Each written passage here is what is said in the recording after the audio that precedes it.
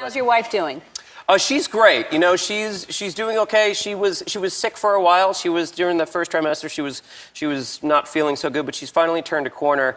I've tried to like be there for her as much as I can. You know, supporting her through all of these sort of, because this is our first kid, so everything is very new and daunting and weird. We did she did a procedure called an amnio, which it requires a needle, and it's a serious procedure.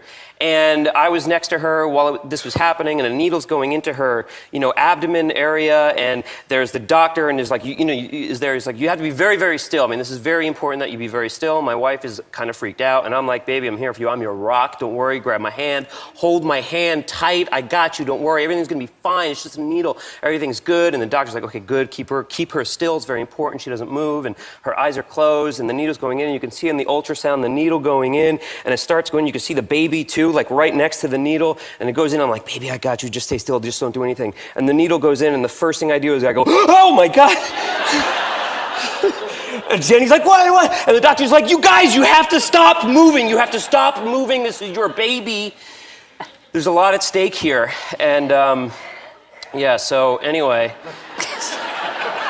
the baby's okay. The baby's okay. Okay. I'm never allowed back in a doctor's room with Jenny, but... That's a good idea. Yeah. That's a really good idea. Yeah. And you have doggies, right?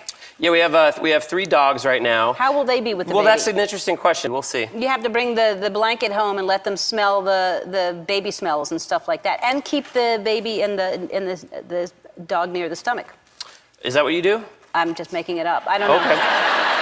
Well, if you can hear, the voice of the parent, right, and they know the voice when they come out, I would think that they would know the dog, and they would somehow kind of communicate. Yeah, I guess I should start talking to I barely even talk to Jenny, so I guess... No, yeah. You should talk to the baby. I should talk to the baby? Yeah. Okay. You could do that. All right, that sounds, Right. Yeah, go ahead. No, okay. No,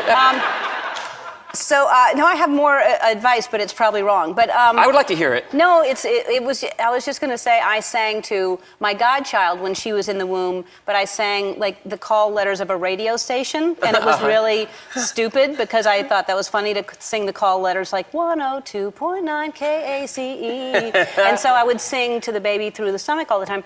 And when the baby was in the nursery, it started to cry, and I started singing that, and it stopped and looked at me. So I start crying, and the nurse looks at me like I'm insane because I'm like, 102 point. Anyway, we're out of time. That's right. It was nice having you, Ellen. Thank you. Thank you for those stories. Come back anytime. Wait a minute. No, it's my show. Oh, sorry. And we'll take a break. And then I have more stories that don't really matter. We'll be back.